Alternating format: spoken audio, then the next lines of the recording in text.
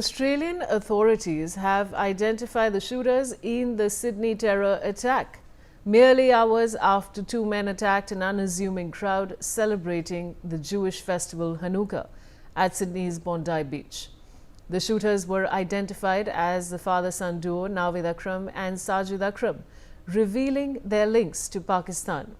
Sajid, who immigrated to Australia as a student from Pakistan, later went on to work as a fruit seller.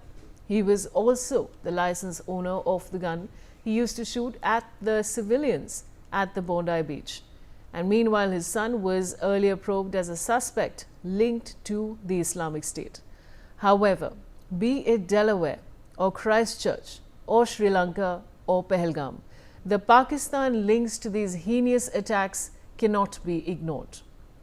And now, of course, I'd like to welcome my guest on the broadcast, Ilay Peled, ex-spokesperson, IDF and political analyst. Ilay, thank you for your time on NewsX today. And I just want to begin by asking you, for your opening comments, really, this is a heinous, horrendous attack on Sydney. I'd like to begin with your opening comments. I thank you for having me. Indeed, this is a really, really devastating day for all of us. So as you've said, the attacks were terrible. As of now, we have 15 confirmed dead. Then the numbers keep changing all the time, and there's approximately 40 people injured.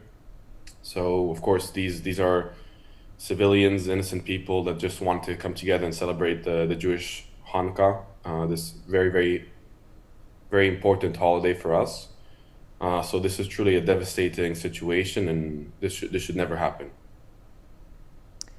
Ilay, now my question to you is, how do intelligence agencies really assess the role of anti-Semitism in this attack, and what does this tell us about the evolution of extremism in Australia? So, as you may have seen the reports, the Mossad, the Israeli Foreign Intelligence Agency, has informed Australian authorities in the past that there are risks of carrying out this kind of attacks in the past. Also, as we remember, just around a year ago, Australia has already severed their diplomatic ties temporarily with Iran because they indeed found proof that Iran was trying to create some form of terrorist infrastructure and to create operatives that would like to carry out this kind of attack. As for what the indicators exactly are, it varies a lot depending on the country. But as for the role of anti-Semitism, there is absolutely no doubt this was an anti-Semitic attack. This was targeted not at any civilians in Australia, but specifically the Jewish community of Australia. I will just say that the community in Australia is one of the most big and significant Jewish communities worldwide. In the Southern Hemisphere, it's one of the biggest ones. There's approximately 120,000 Jews living in Sydney. So this was an anti-Semitic attack without any shred of doubt. And when we look at some of the anti-Semitic rhetoric happening worldwide, in Australia specifically, this should not come as a surprise to us. And we've seen the Prime Minister of Australia, we've seen head figures so far come out and speak and saying, what a shocking attack. And I'm very, very heartbroken to say that for many, many Jews, myself included, especially the ones that are living in countries like Australia, this is a terrifying and a terrible attack, but we cannot truly say that is fully shocking. Because even though violent gun crime is rarely seen in Australia, we have seen the degree of hatred and anti-Semitic rhetoric coming out of Australian demonstrations. Many who label themselves anti-Zionist, where us Jews, we simply know that there is no difference. Those who claim themselves to be anti-Zionist and all of the backing that they have is what is fueling these people to carry out these attacks. You know, Ilay, a very interesting point here is that the attackers use licensed firearms. Now, the question really is that in any which way, gun ownership in Australia is very strict, is very tight. But do you think that now Australia should tighten gun ownership laws further? And if so, in what specific areas? Is obviously tied to this terrible event. However, I would like to say that it is my personal opinion that this would not have solved this current incident, because anti-Semitism and violent crimes against Jews are a worldwide issue.